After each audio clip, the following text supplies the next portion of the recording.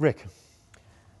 Rod, I'd like to finish off by trying to tackle that hard question about how we get change. Yes. And Keith, you know, was a bit pessimistic about it. I'm actually not as pessimistic about it. I think you've got to have, if you're a government, you've got to have some model for working out how it is that you're going to create change or lead change or have change happen.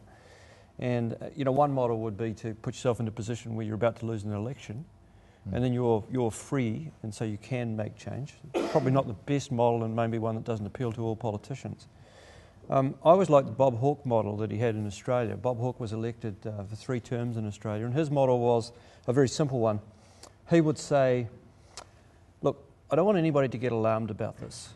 We're thinking about policy X, and we'll deliberate about that. And then 6 or 9 months later, he'd come back and he'd say, now look, you know how we told you 9 months later that we were going to do X? Well, now we're going to do it. And it worked over and over and over again. The point I'm making is not about that model, but that he had a model. And I think, I suspect I sense a little bit of a model, and I don't have any insight into the thinking of government around this.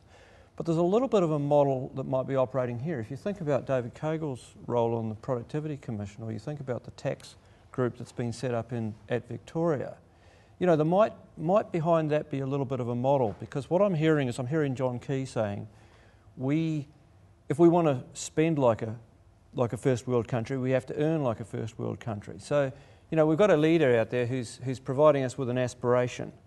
And I think that's a very positive thing. And I think that's something that politicians can do fairly readily, and that can be quite mobilising, it can be quite motivating. But at the same time, what they're doing is they're alienating from government some of the deliberations that might lead to directions for change.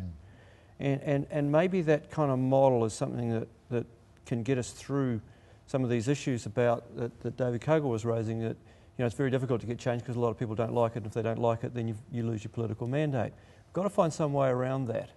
And you know, perhaps there's a start of that there. I'm not as discouraged, I think, as Keith is. Yeah. No, well, thank you. That's a very interesting and very tantalising insight that, you know, may be something that's still quite amorphous, but we're beginning to see, in terms of a different sort of process, a different way of trying to get engagement, it might be at work here. So thank you, and a very big hand to Rick.